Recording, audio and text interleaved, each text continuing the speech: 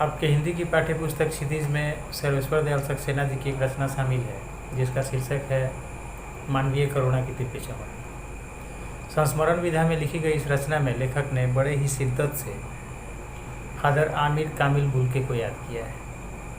एक ऐसा व्यक्ति जो इंजीनियरिंग के अंतिम वर्ष का छात्र रहता है, अचानक उसके मन में आता है कि हमें सन्यासी बनना है और वह धर्मगुरु के पास जाता है, उनसे अपनी इच्छा जाहिर करता है और उनके सामने एक शर्त रखता है कि मुझे भारत जाना है। जाहिर सी बात है कि भारत जाना है का मतलब हुआ कि फादर भारत के नहीं थे। फादर बेल्जियम के निवासी थे।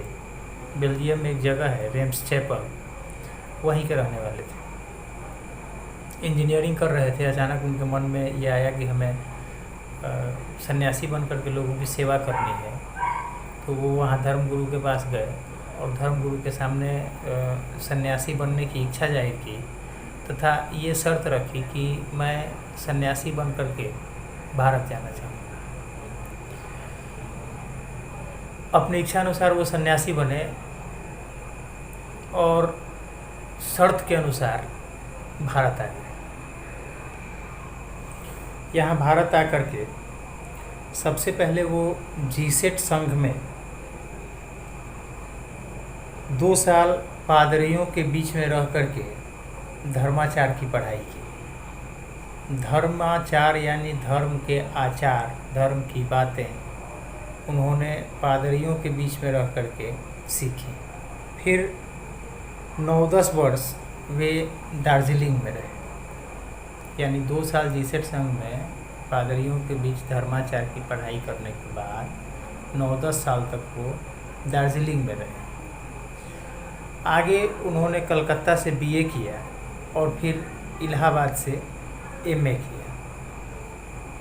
ये भारत में उनका सीखने का सिलसिला था। इंजीनियरिंग छोड़ने के बाद वो पहले जीसेट संघ में रह करके धर्माचार सीखते हैं 2 साल, उसके बाद दार्जिलिंग में रहते हैं 9-10 वर्ष, कलकत्ता से बीए करते हैं तथा इलाहाबाद से एमए करते हैं। उन्होंने अपना शोध भी किया जिसका विषय था राम कथा उत्पत्ति और विकास, यानी याद रखिएगा उनके शोध का विषय था राम कथा उत्पत्ति और विकास। आगे चल करके उन्होंने मातरलिंग की एक रचना है ब्लू बर्ड, जिसका उन्होंने नील पंछी के नाम से हिंदी रूपांतरण किया।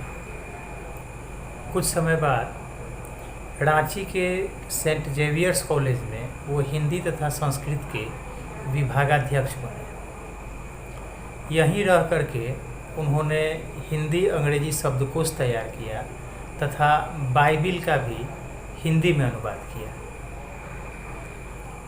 रांची में ही वो बीमार पड़े, फिर पटना आए, पटना से दिल्ली गए और दिल्ली से परलोक। लेखक बताते हैं कि 47 वर्ष भारत में रह करके 73 वर्ष की आयु में फादर का स्वर्गवास हुआ।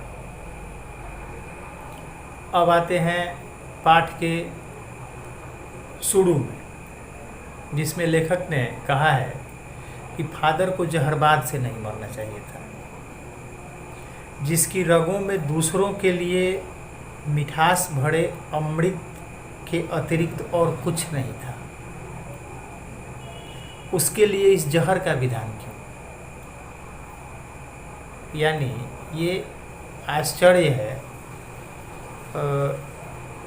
दुख है, लेखक की आंतरिक पीड़ा है कि एक ऐसा व्यक्ति जो हर किसी में मिठास बांटता हो, हर किसी के दुख दर्द पीड़ा अवसाद तनाव को हरने का काम करता है, कम करने का काम करता है, उसकी मृत्यु जहरबाद जैसी बीमारी से, जिसके नाम में ही जहर है, उससे क्यों हुई।